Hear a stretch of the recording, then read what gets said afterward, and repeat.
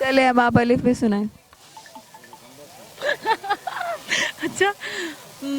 अलीफ अली मदा बे पे ते टे से जीम चे ए खे दाल डाल जाल रे रे जे से सीन शीन साद वात जे एन गैन फे काफ कीफ गाफ लाम मीम नून। कीफ क्या होता है?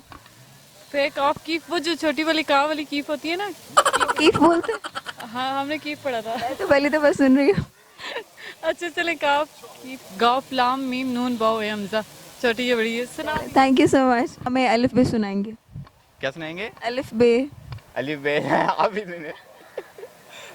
यही पढ़ पढ़ के हम बड़े हुए हैं, मुझे पता है आपको नहीं आती होगी, इसीलिए मैं आपसे सुन रही हूँ। बताओ आती है।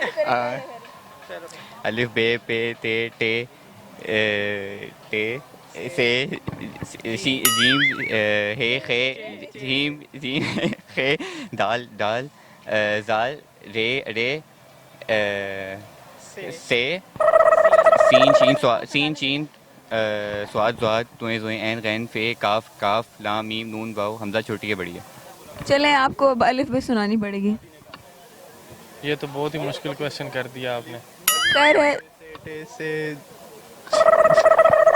अलिफ बे पे ते टे से जीम चे हे दाल जाल रे जे से तोय जोय एन गैन फे काफ क्याफ लाम नून मीम है हमजा छोटी है बड़ी है।